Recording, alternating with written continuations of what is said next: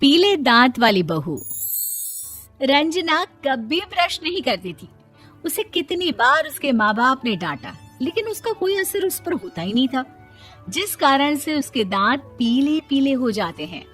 शादी के बाद अरे बहू, वैसे तो तुझ में कोई कमी नहीं है, पर तेरे दांत इतने पीले कैसे हैं बेटा? कैसे मतलब? कोई सर्जरी थोड़ी ना कराइए। वो तो क्या नाम, मैं ब्रश नहीं करती थी तो पीले हो गए। अब क्या करूं? आप कहें तो लाल करवा लूं या फिर काले? यार ये क्या है, क्यों माँ से लड़ रही हो? लड़ रही हूँ? अरे मैं लड़ रही हूँ या ये बोल रही है कि दांत पीले हैं, पीले। अरे तपस्या थोड़ी ना की है इन्हें पीले करने के लिए। बकायदा ब्रश नहीं किया है 20 साल तक, तब जाकर। छी, कैसी बात कर रही हो? ये उस वक्त तो पीले नहीं थे जब हम लोग तुम्हें देखने आए थे। अरे तब साफ करवा लिया होगा डेंटिस्ट के पास जाकर।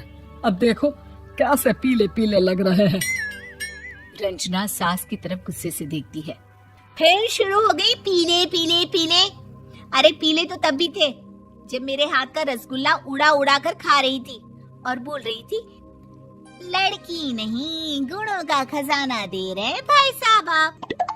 खैर, अब वो लोग करते भी तो क्या करते, पीले दांत वाली बहू पल्ले पड़ी थी तो झेलना तो था ही। एक दिन कीर्तन में रंजना गाना गा रही थी। अरे कमला बहन, माँ का द्वार है, यहाँ तो सब शुद्ध होकर आते हैं, फिर अपनी बहू को ब्रश भी नहीं करवाती तुम। दूर से पीले पीले दांत भक्ति में बाधा उत्पन्न कर रहे हैं। अरे कोई 2 साल के बच्चे थोड़ी ना लेकर आई हूँ मैं बहू बनाकर। अच्छी खासी लड़की है, अरे कैसे करवाऊं ब्रश? ये तो उसे खुद करना चाहिए ना। अब माँ बाप तो इसके जैसे तैसे निपटा दिए, ये नहीं सोचा कि सास कैसे संभालेगी। सास बहू को लेकर घर आ जाती है, लेकिन सोच लेती है कि अब इसे लेकर कहीं नहीं जाएगी। अगले रोज बहू कहती है, अरे क्या हो गया, मंदिर नहीं जाना क्या? कीर्तन का वक्त हो रहा है। मेरी मधुर वाणी से कान्हा जी जागते हैं और सोते हैं। आप तो जानती है ना उनकी भक्ति में कितना मन लगता है मेरा। वो क्या है ना, तबीयत ठीक नहीं लग रही है मेरी, आराम करूंगी मैं। तबीयत ठीक नहीं लग रही? अभी तो मिथुन के गाने पर नाच रही थी आप, और अब बोल रही है कि तबीयत ठीक नहीं लग रही। अरे भक्ति में मन लगा लो सासू माँ, ऊपर जाना है, क्या मुंह दिखाओगी आप? हाँ? सास को बहू की बात पर गुस्सा आ जाता है। मैं क्या मुंह दिखाऊंगी, इसकी चिंता तो ना कर, समझी? अपने मुंह की चिंता कर, जो ये पीले पीले दांत लेकर हर जगह पहुंच जाती है। पता है लोग कितना मजाक बनाते हैं। ना जी ना, मैं नहीं जाना कहीं तेरे साथ। तो ये बात है। कोई ना, मत जाओ, मैं अपने कमरे में ही बैठकर भक्ति कर लूंगी। ऊपर वाला दांत थोड़ी ना देखता है, मन देखता है, भावना देखता है।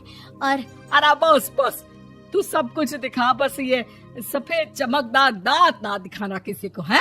जा यहाँ से। बहू को सास की बात का कोई फर्क नहीं पड़ता, वो तो जैसी थी वैसी ही रह जाती है।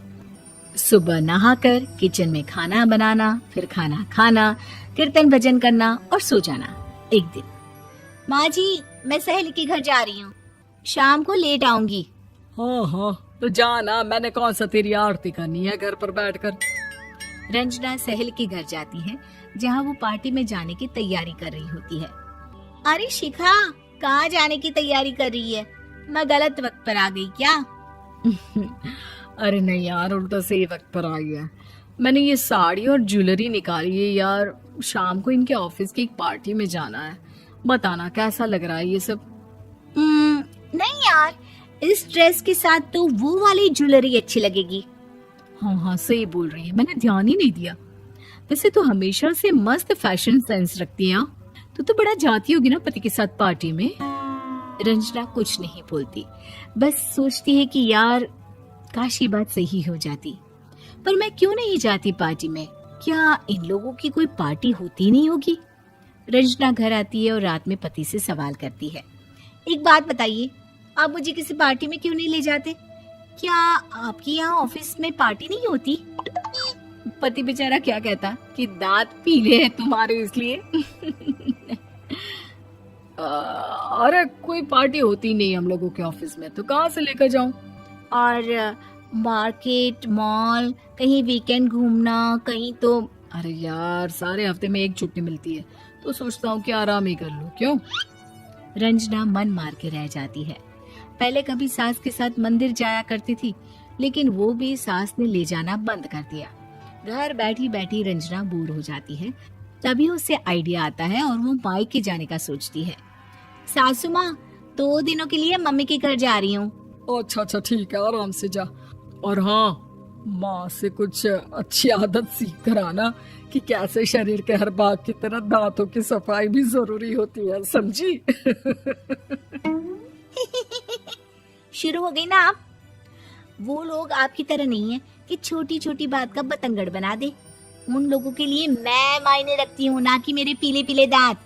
रंजना माँ को बिना बताए उन लोगों को सरप्राइज देती है, लेकिन जैसे ही वो दरवाजे पर पहुंचती है, अंदर देखती है कि घर वाले कहीं जा रहे होते हैं।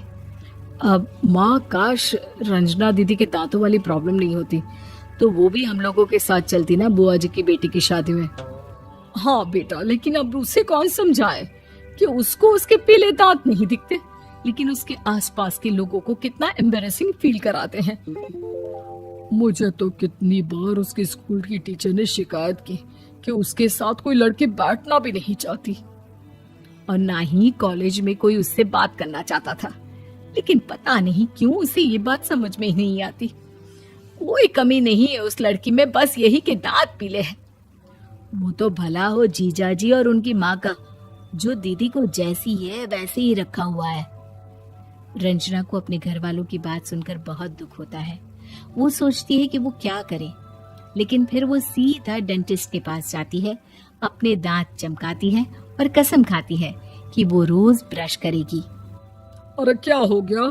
तुम तो 2 दिनों के लिए गई थी ना, पर कोई ना, अच्छा है, चलो आ गई तो। रंजना सास के सामने आकर खड़ी हो जाती है और पूरी स्माइल करती है, उसके चमकदार दांतों को दिखाती हुई। हैं?